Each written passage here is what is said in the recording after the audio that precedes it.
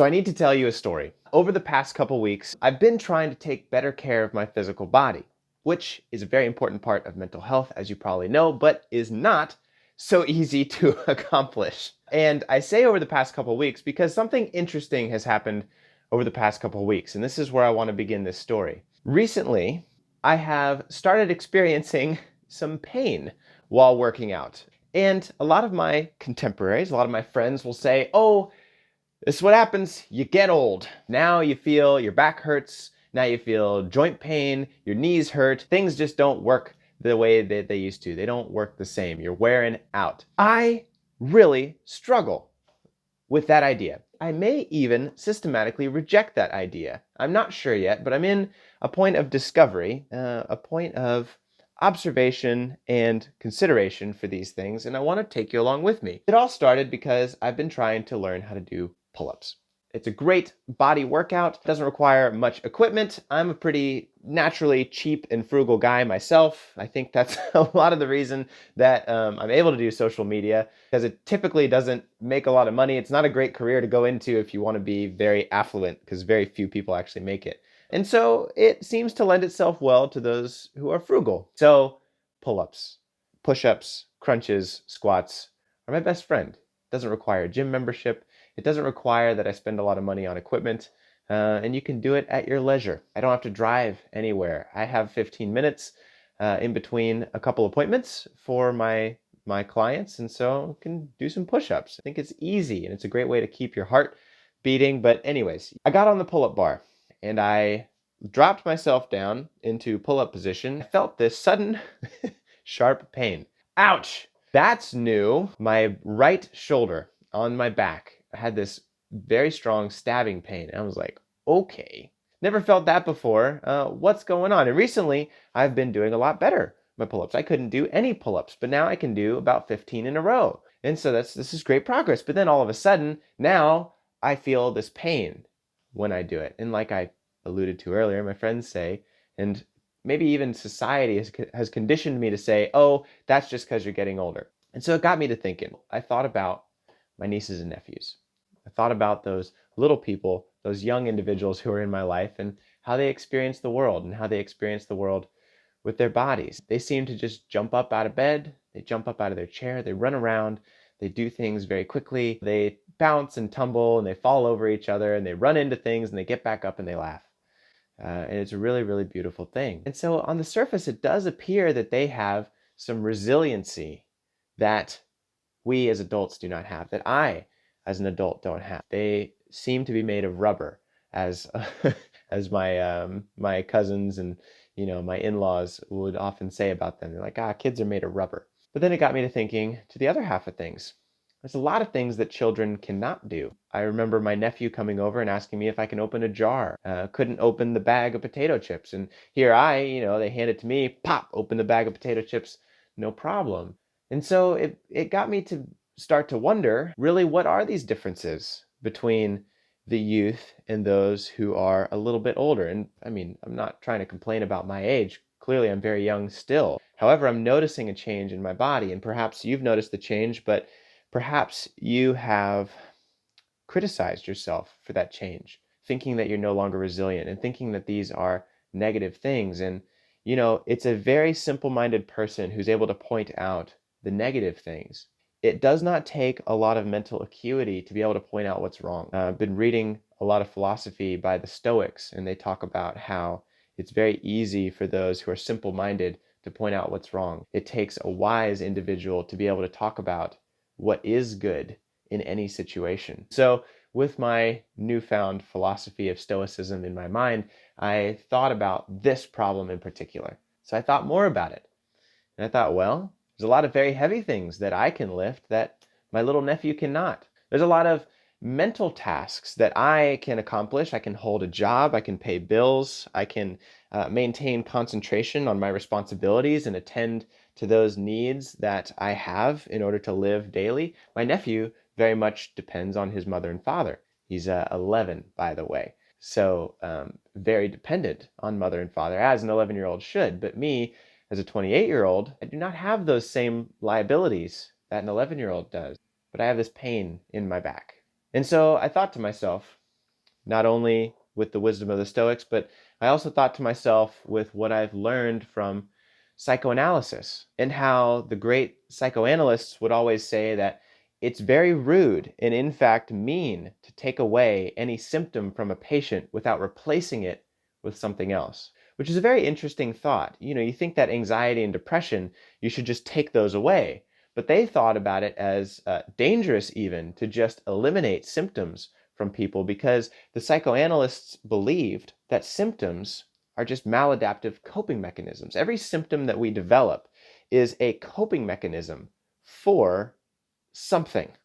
So if you remove that symptom that even the client may be complaining about, you are removing something that is allowing them to cope with life in general. The only solution for therapy then is to replace that symptom with something more adaptive. So that way it's no longer maladaptive. So I thought about my back.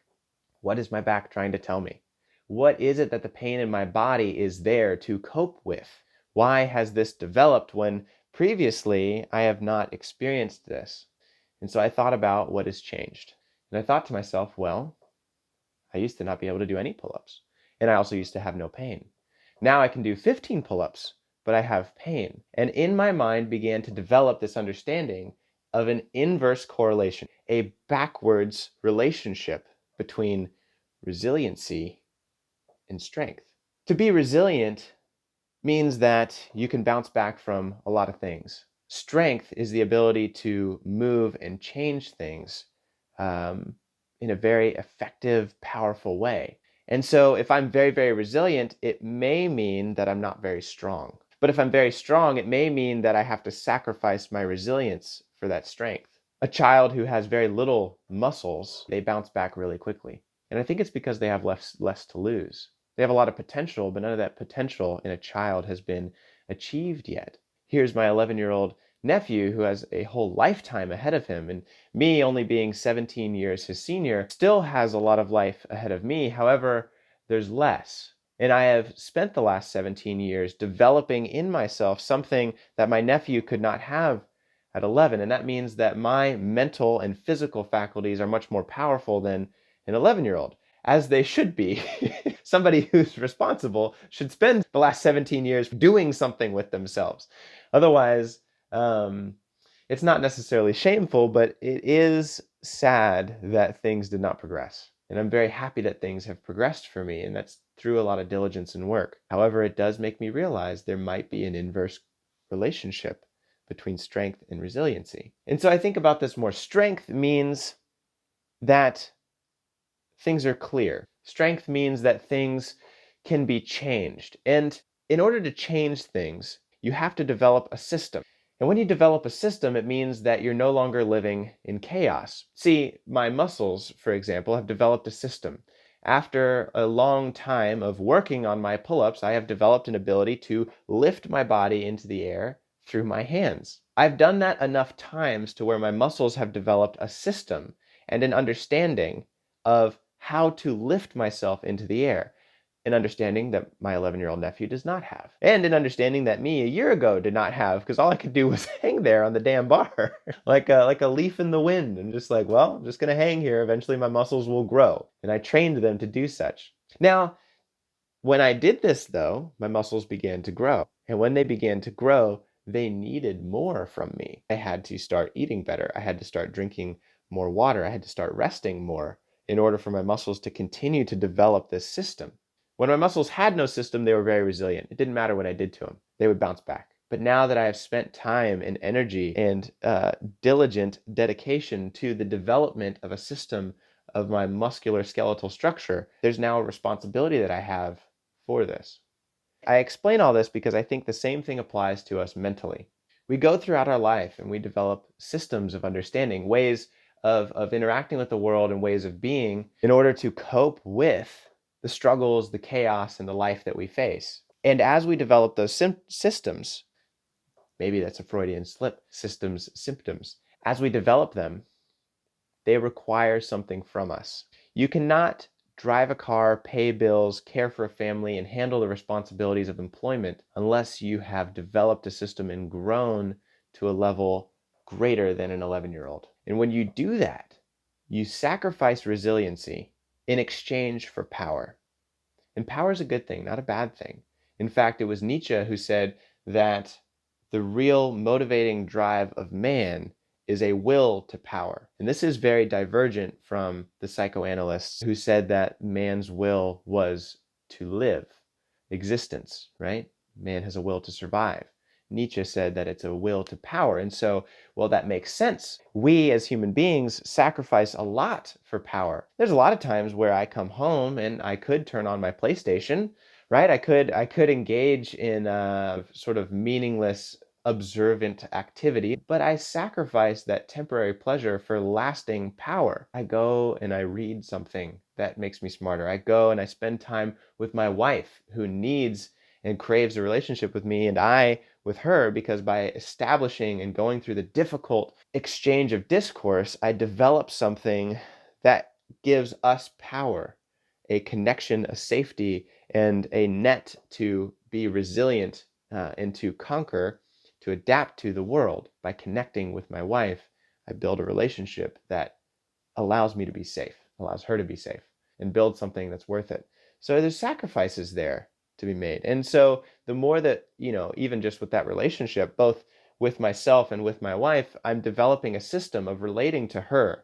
I'm developing a system of relating to myself. I have since developed a system that when I come home from work, I work out for about 15, 20 minutes. It's not much, but it's a little bit. It's enough to improve and to stimulate my body and say, hey, we're going to take care of you. We're going to build something here. And so by creating that system, I'm necessarily sacrificing resiliency.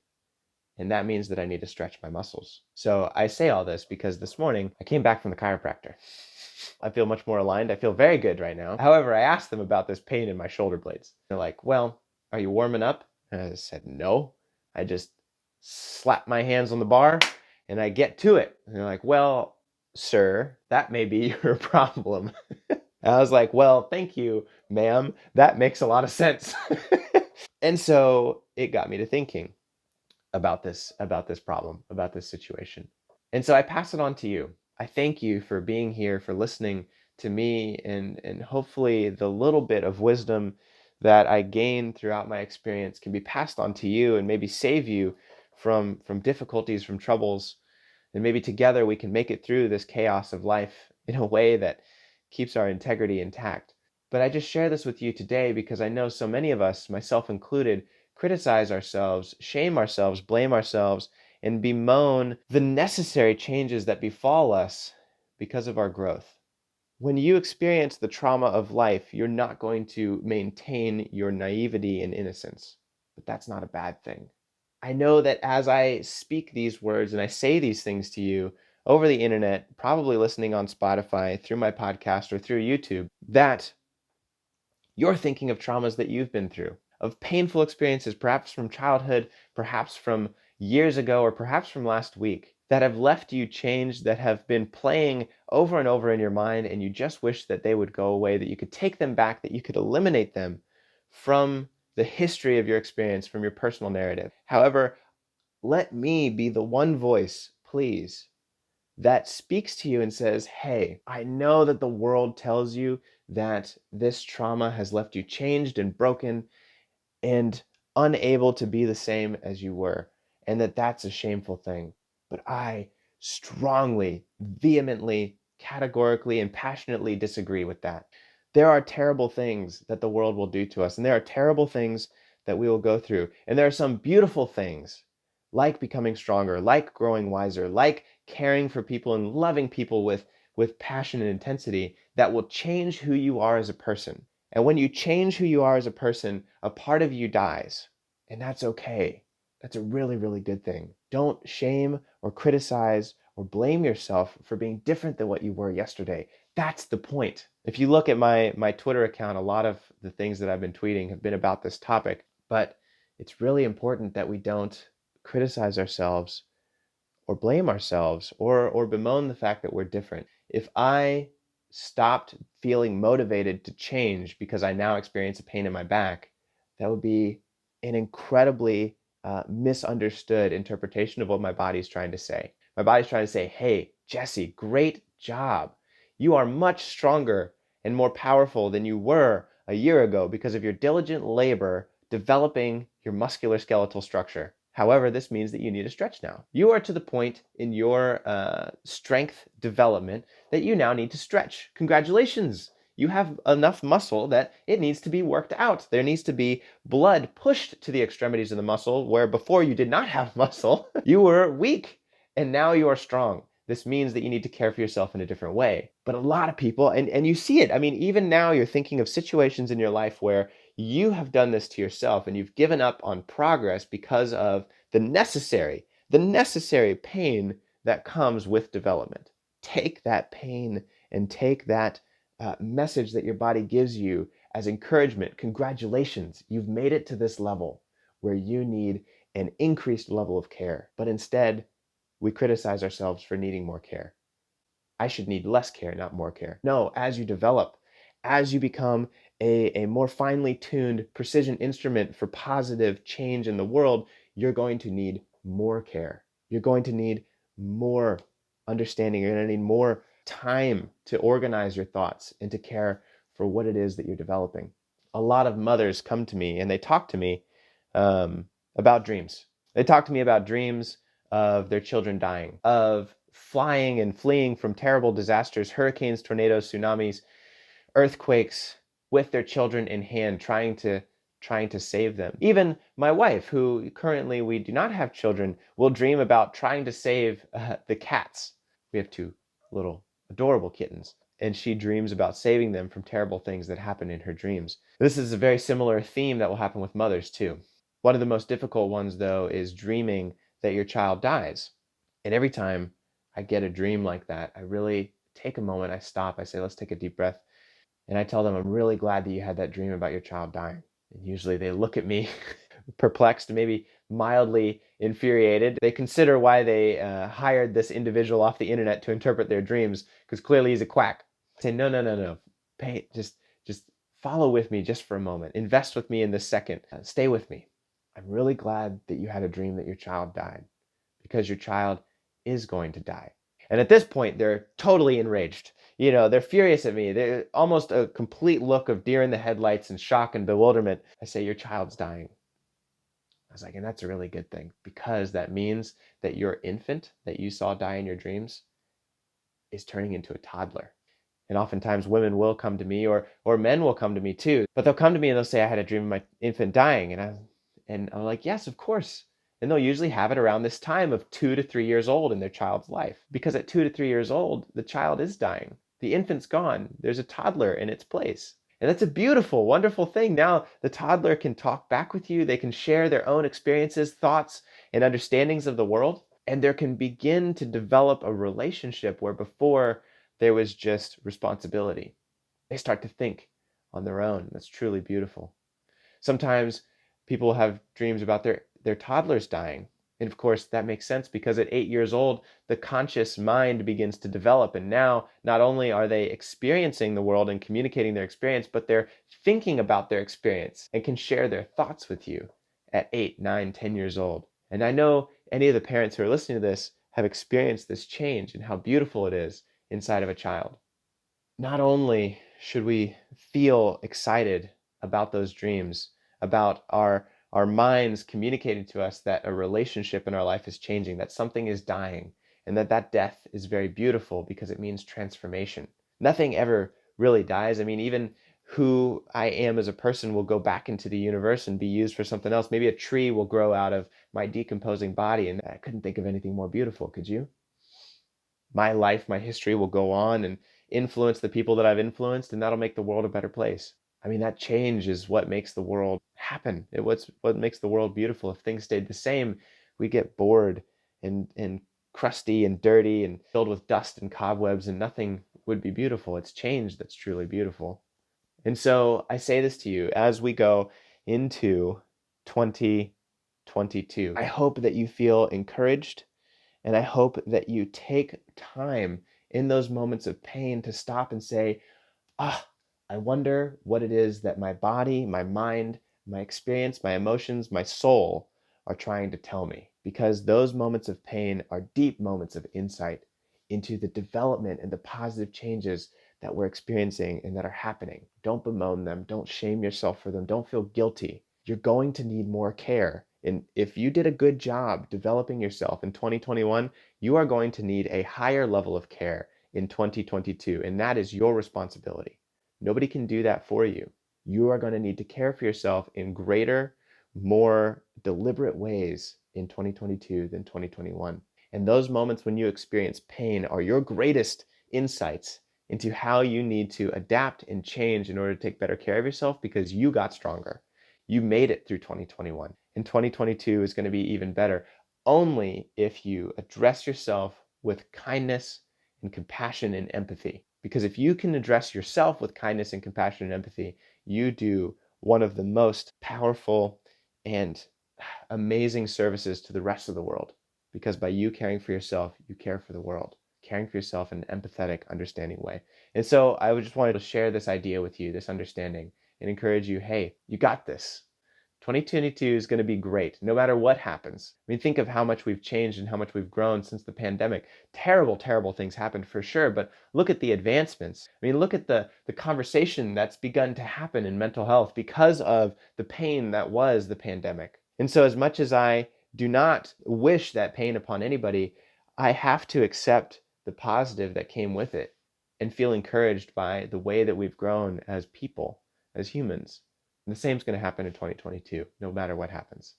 And so I thank you for being here. I thank you for sharing your life with me and allowing me the time and the space and the opportunity to communicate with you and share how I'm growing, and hopefully that shares with you in the way that you're growing. I really appreciate each and every one of you. Thank you. Thank you so much. Without you, I wouldn't be here. I wouldn't be able to help you, and you wouldn't be able to help me in the ways that you have. So thanks. And I look forward to talking to you again soon. Until then, peace.